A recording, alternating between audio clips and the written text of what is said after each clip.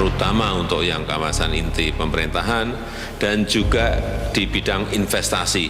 Nanti dengan Pak Menko Luhut saya harapkan, karena ini yang berminat terhadap ibu kota Nusantara ini sangat banyak, baik dari domestik maupun dari luar.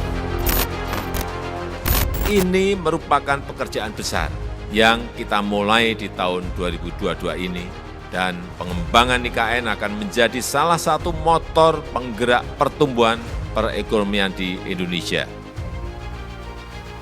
Fakta mengejutkan Russian Railways, perusahaan raksasa yang ditawarkan Putin.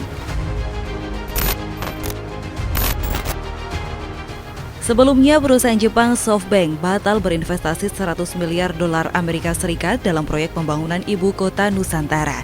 Padahal pemerintah berencana kejar tayang membangun proyek ibu kota baru di Penajam Pasir Utara, Kalimantan Timur dengan anggaran 467 triliun rupiah. Mundurnya SoftBank dari investasi IKN berpotensi membuat APBN menanggung beban pembangunan ibu kota Nusantara. Pihak kantor staf kepresidenan menyebut berdasarkan informasi yang mereka himpun ada ketidakcocokan skema bisnis dengan konsep pembangunan IKN yang telah disetujui berdasarkan undang-undang. Namun pihak KSP memastikan hal ini tidak akan menghambat proyek pembangunan IKN. Informasi yang saya dapat, ekspektasi dari SoftBank sepertinya berbeda. Jadi mereka kabarnya menginginkan penduduknya 5 juta dan bahkan lebih. Saya nggak bisa bicara terlalu detail, tapi kira-kira dengan konsep seperti itu dan bahkan ada detail-detailnya, saya nggak bisa bicara terlalu detail. Artinya skemanya itu berbeda dengan yang kita mau bangun dan yang sudah ada di Undang-Undang IKN. Yang mengejutkan, beberapa hari yang lalu Presiden Joko Widodo baru saja menyambangi Rusia dan mengadakan pertemuan 4 mata dengan Presiden Vladimir Putin. Potensi kerjasama bisnis menjadi pembicaraan dalam pertemuan ini. Kunjungan Jokowi secara langsung ke Rusia dilakukan pada Kamis 30 Juni kemarin. Salah satu yang ditawarkan Putin adalah bantuan untuk pembangunan ibu kota negara atau IKN Nusantara. Rusia tertarik untuk membantu pembangunan di sektor transportasi kereta api di IKN.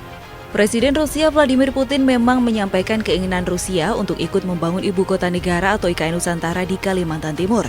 Hal tersebut disampaikan Putin saat bertemu dengan Presiden Joko Widodo di Moskow, Rusia pada 30 Juni 2022 lalu. Vladimir Putin menawarkan kerjasama untuk menggarap proyek perkeretaapian IKN Nusantara melalui perusahaan BUMN Rusia bidang perkeretaapian Russian Railways. Russian Railways bukan hal baru di Indonesia. Perusahaan plat merah Rusia itu pernah mencoba menggarap proyek kereta api di Kalimantan namun berujung batal kala Russian Railways mengundurkan diri dari proyek bernilai 53,3 triliun rupiah tersebut. Selain ingin terlibat dalam pembangunan IKN, Vladimir Putin juga menawarkan kerjasama untuk menggarap proyek nuklir di Indonesia. Развитию транспортно-логистической инфраструктуры. В частности, компания РЖД могла бы подключиться к реализации масштабной инициативы руководства Индонезии о переносе столицы страны на остров Калимантан. Di lain pihak, Koordinator Tim Informasi dan Komunikasi Tim Transisi IKN Sidik Pramono menyatakan pihaknya belum melakukan pembicaraan lanjutan baik dari pihak Rusia maupun Russian Railways soal tawaran Putin. Menurut Sidik, pihaknya masih menunggu diskusi lanjutan soal tindak lanjut tawaran investasi kereta api di IKN.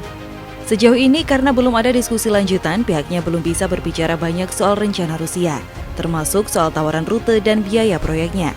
Namun yang jelas, Sidik mengatakan pihaknya akan membuka lebar pintu masuk bagi perusahaan Rusia untuk melakukan investasi. Presiden Vladimir Putin pun sudah menyodorkan perusahaan negara bernama Russian Railways kepada Jokowi untuk membantu pengerjaan jaringan kereta api pertama di ibu kota Nusantara. Sebelumnya, dalam pernyataan Putin secara lengkap dalam pertemuan dengan Jokowi yang dilansir dari situs resmi Kepresidenan Rusia, Putin mengaku banyak bicara soal bisnis dan cukup substantif.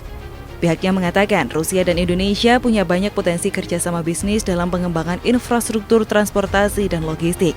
Putin pun langsung menawarkan perusahaan plat merah tersebut untuk melakukan pembangunan jaringan kereta api di IKN Nusantara. Dilansir dari website resminya, Russian Railways adalah perusahaan perkeretaapian terbesar di Rusia. Perusahaan itu bergerak dalam kepemilikan dan pembangunan infrastruktur perkeretaapian umum.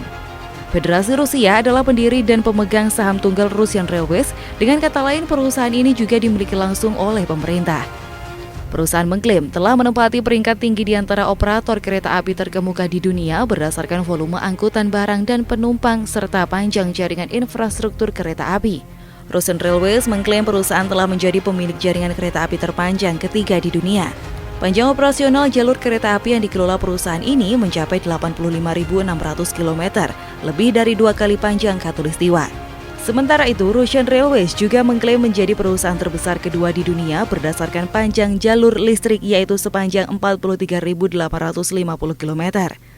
Di Indonesia sendiri, Russian Railways bukan pemain baru. Perusahaan plat merah Rusia itu pernah mencoba menggarap proyek kereta api di Kalimantan. Namun proyek itu tak dilanjutkan karena perusahaan itu tiba-tiba dalam tanda kutip cabut dari proyek yang ada di Indonesia. Dikutip dari Detikcom, Russian Railways pernah berkontribusi dalam pembangunan jalur atau rel kereta sepanjang 203 km yang melintasi Kabupaten Penajam Pasir Utara, Kabupaten Kutai Barat, dan Kota Balikpapan. Sayangnya, proyek senilai 53,3 triliun rupiah ini batal lantaran Russian Railways selaku pemilik modal mengundurkan diri. Total luas lahan yang ditetapkan sebagai lokasi pembangunan jalur rel di wilayah Kabupaten Penajam Pasir Utara mencapai sekitar 140 hektar. Lebih kurang 70 hektar lahan yang ditetapkan sebagai lokasi pembangunan jalur rel di Kelurahan Gunung Steleng dan Kelurahan Bulu Minung telah dibebaskan. Lahan yang telah dibebaskan di kawasan industri Bulu Minung atau KIB di Kecamatan Penajam jelas dia untuk pembangunan stasiun kereta api. Pembangunan jalur kereta api tersebut dikelola oleh PT Kereta Api Borneo yang merupakan perusahaan hasil kerjasama pemerintah Provinsi Kalimantan Timur dengan perusahaan kereta api Rusia yakni Russian Railways.